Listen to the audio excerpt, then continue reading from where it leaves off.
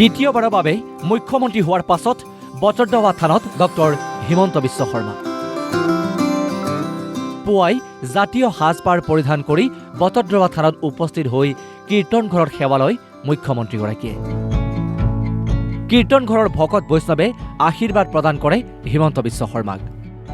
পৰৱৰ্তী সময়ত থানাৰ নাটঘৰত বটদ্ৰৱা থান পৰিচালনা সমিতিয়ে সম্বৰ্ধনা জনায় মুখ্যমন্ত্ৰীগৰাকীক। মোৰ মনত আছিলে যে গুৱাহাটীৰ বাহিৰত যেতিয়াই ওলাম প্ৰথমতে বটদ্ৰৱা থানলৈ যাম, গুৰুজনাৰ আশীৰ্বাদ বিচাৰিম আৰু গুৰুজনাৰ আশীৰ্বাদেৰে গুৰুজনাই দেখুৱাই দিয়া পথেৰে অসমখনক আগবঢ়াই লৈ যাবলৈ চেষ্টা কৰিম। আজি মোৰ পৰম সৌভাগ্য হ'ল যে গুৱাহাটীৰ পৰা বটদ্ৰৱা থানলৈ আহি ভাগৱতৰ ওচৰত শিৰ নত কৰি প্ৰণাম কৰিলোঁ, গুৰুজনাৰ আশীৰ্বাদ ল'লোঁ আৰু তাৰ লগতে ইয়াত উপস্থিত ভকতবৃন্দৰ লগতো কথা বতৰা পাতিলোঁ, তেওঁলোকৰো আশীৰ্বাদ নিৰ্মালি গ্ৰহণ কৰিলোঁ। বটদ্ৰৱাৰ স্থানীয় দল সংগঠনেও সম্বৰ্ধনা জনায় মুখ্যমন্ত্ৰী হিমন্ত বিশ্ব শৰ্মাক।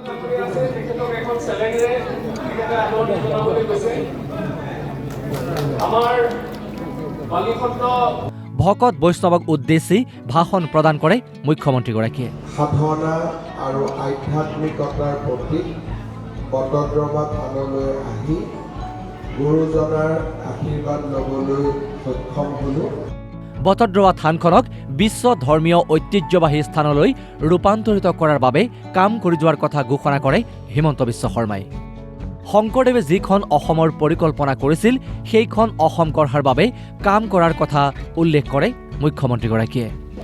মহাপুৰুষ শ্ৰীমন্ত শংকৰদেৱে এনে এখন অসমৰ কল্পনা কৰিছিল যিখন অসমত সকলো জাতি জনগোষ্ঠীয়ে এক সমন্বয়ৰ মনোভাৱেৰে সমন্বয়ৰ সুন্দৰ পৰম্পৰাৰে জীৱন যাপন কৰিব পাৰে আৰু এখন শান্তিপূৰ্ণ অসম য'ত আধ্যাত্মিকতাৰে পূৰ্ণ হৈ থাকে আৰু য'ত নেকি সকলো মানুহে নিজৰ নিজৰ ক্ষমতা অনুসৰি আগবাঢ়ি যাবলৈ সুবিধা পায়। মহাপুৰুষ শ্ৰীমন্ত শংকৰদেৱে দেখুৱাই যোৱা পথেৰে আমাৰ চৰকাৰখনে কাম কৰিব। বটদ্ৰৱা থানলৈ আহি গুৰুজনাৰ জন্মভূমিত থিয় হৈ সেই সংকল্প মই আকৌ এবাৰ গ্ৰহণ কৰিলোঁ। পাছত তেওঁ থান পৰিচালনা সমিতিৰ কাৰ্যালয়ত এখন বৈঠকতো মিলিত হয়। বহুকেইটা বিষয় সন্দৰ্ভত আলোচনা হয় বৈঠকত।